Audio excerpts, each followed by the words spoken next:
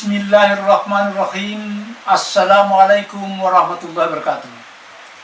Pemirsa, selamat datang di kajian Kristologi Menyelamatkan Juru Selamat bersama saya, Sani Munir. Topik kajian kita berikut ini adalah Tidak Mati dan Bangkit, Yesus Mendukung Al-Quran. Pemirsa, Dr. Deki Ngadas kembali berulah. Kali ini dia menyerang Al-Quran surah An-Nisa ayat 157-128 yang membantah Yesus telah mati di salib. Menurut Dr. Deki, Islam dan Al-Quran telah menyerang iman Kristen secara tidak berdasar. Dengarkan tuduhannya. Jadi Quran surat An-Nisa ayat 157 sampai dengan 158 merupakan sebuah tuduhan yang maha serius terhadap iman saya sebagai seorang Kristen. Jadi hari ini saya bukan hanya berbicara sebagai seorang Kristen, tapi juga sebagai seorang hamba Tuhan Yesus Kristus yang harus memberikan jawaban apologetik sebagai bagian dari panggilan iman saya dan sebagai bagian dari hak asasi saya untuk memberikan pembelaan iman ketika iman saya diserang secara tidak berdasar oleh Islam, Quran, dan Muhammad. Pemirsa, setelah mendengar penjelasan ini, satu hal perlu diingat sebagai patokan adalah sebagai berikut. Dr. Deki Ngadas ini berbicara seperti katak di bawah tempurung. Dr. Deki, ingat, Anda tidak sedang berbicara di gereja di mana ketika Anda mengajukan dalil-dalil apologetik, jemaat Anda serempak berseru, amin, haleluya, puji Tuhan Yesus. Tidak, Deki. Anda sedang berbicara di YouTube ke seluruh dunia menyerang iman Islam. Dalil apologetik Kristen tidak berlaku, Deki.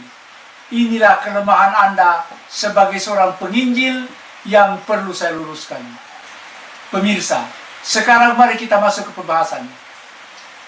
Dr. Deki mengajukan 15 alasan menuduh Al-Quran telah berbohong karena membantah kematian Yesus di tiang salib. Dr. Deki, Anda tidak perlu jauh-jauh menggaruk Al-Quran. Penjelasan tentang pertanyaan di otak Anda ini, jawabannya adalah sebagai berikut. Pertama, yang mengatakan bahwa Yesus mati dan bangkit pada hari ketiga adalah Paulus dalam Injilnya. Ingatlah ini, Yesus Kristus yang telah bangkit dari antara orang mati, yang telah dilahirkan sebagai keturunan Daud, itulah yang kuberitakan dalam Injilku. 2 Timotius pasal 2 ayat 8. Jadi, jelas bahwa yang mengajarkan kepada para penyembah berhala di Romawi bahwa Yesus telah mati dan bangkit pada hari ketiga adalah Paulus. Ajaran inilah yang dia tuliskan dalam Injilnya. Jadi pemirsa, pernyataan Dr. Deki Ngadas yang mengatakan bahwa Yesus mati dan bangkit pada hari ketiga adalah ajaran dalam Injil Yesus Kristus adalah kebohongan besar. Dan celakalah saya sebagai seorang Kristen dan sebagai seorang hamba Tuhan Yesus Kristus jika saya hanya berdiam diri ketika iman saya, jantung dari Injil Tuhan Yesus Kristus, diserang secara tidak berdasar oleh Islam, Quran, dan Muhammad. Kalau Yesus mengajarkan bahwa dirinya mati dan bangkit pada hari ketiga, Paulus pasti mengatakan, ingatlah ini, Kristus Yesus yang telah bangkit dari antara orang mati, yang dilahirkan sebagai keturunan Daud, itulah yang kuberitakan dalam Injilnya Yesus.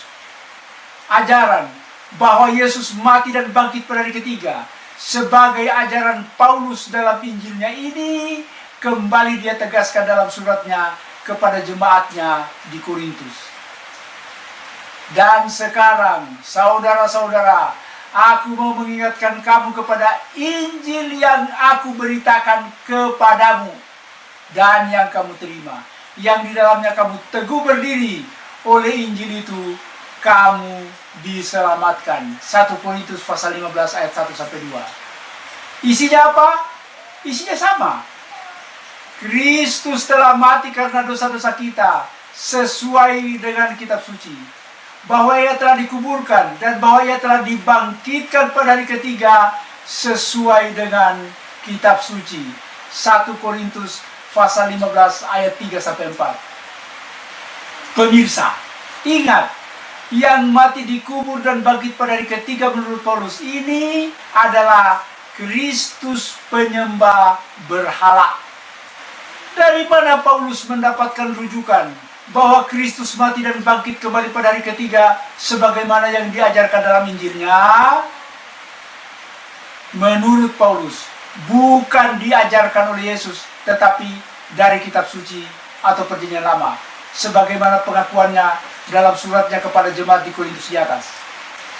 Pemirsa, benarkah Paulus mengambil rujukan Injilnya tentang Kristus yang mati dan bangkit kembali dari kitab perjanjian lama? Ternyata tidak. Paulus berbohong. Kenyataannya, tidak ada ayat dalam kitab perjanjian lama yang mengatakan atau menjelaskan bahwa ia telah dikuburkan dan bahwa ia telah dibangkitkan pada hari ketiga sesuai dengan kitab suci. Dr. Deki, tolong nabi palsu Anda, si Paulus ini, tolong carikan rujukan 1 Korintus pasal 15 ayat 4 ini yang dia klaim ada di kitab perjanjian lama. Dr. Deki, jadilah pahlawan dengan cukup menyebutkan kitab apa dan ayatnya di mana. Kalau Anda bisa sebutkan, cukup sebutkan saja, saya bayar 10 juta. Namun kalau tidak, maka kalian berdua, Anda dan Paulus adalah kawanan pembohong. Yang kedua, Dr. Deki, tuduhan yang maha serius terhadap iman Anda ini datangnya dari Yesus. Yesuslah yang membantah bahwa dirinya mati dan bangkit pada hari ketiga. Di mana pernyataannya? Dalam Injil Lukas pasal 24 ayat 36-43. Ketika kedua orang itu masih menceritakan peristiwa ini, Yesus berdiri di tengah-tengah mereka dan berkata kepada mereka, "Damai besertamu."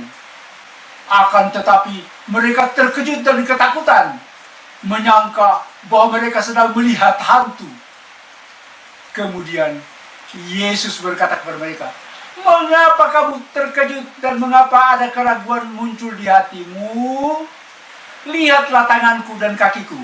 Ini benar-benar aku. Sentuhlah aku. Lihatlah, hantu tidak memiliki daging dan tulang seperti yang kamu lihat padaku." Setelah Yesus mengatakan ini, dia menunjukkan tangannya dan kakinya kepada mereka. Sementara mereka masih belum percaya karena gembira dan terheran-heran, Yesus bertanya kepada mereka, "Apakah di sini kamu mempunyai sesuatu untuk dimakan?" Untuk dimakan? Lalu mereka memberikan sepotong ikan panggang kepadanya. Yesus mengambil ikan itu dan memakannya di depan mata mereka. Pemirsa, perhatikan satu kata kunci yang penting dalam ayat 37 di atas.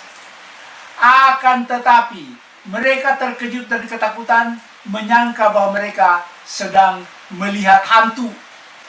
Pertama, gereja sengaja menerjemahkan pneuma atau spirit menjadi hantu, padahal artinya adalah roh. Kalau artinya roh, berarti Yesus menjelaskan bahwa dirinya tidak mati di tiang salib dan menjadi roh. Yang kedua, Yesus memperlihatkan dan menyuruh memegang tangan dan kakinya untuk membuktikan bahwa dirinya belum mati dan menjadi roh. Untuk lebih menegaskan lagi bahwa dia belum mati, Yesus minta makanan untuk dimakan, untuk membuktikan bahwa dirinya belum mati dan menjadi roh. Karena roh tidak makan. Kalau manusia lapar dan makan. Jadi kesimpulan dari pernyataan ini membuktikan bahwa dirinya tidak mati di tiang salib.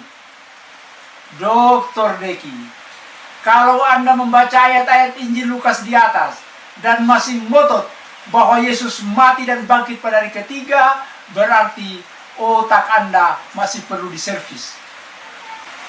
Jadi Dr. Deki, kesimpulannya, kalau Anda menyerang Al-Quran karena mengatakan bahwa Yesus tidak mati di salib, Anda salah alamat. Yang seharusnya Anda serang itu adalah Yesus, karena beliau dengan tegas menjelaskan bahwa dirinya tidak mati di salib dan bangkit pada hari ketiga.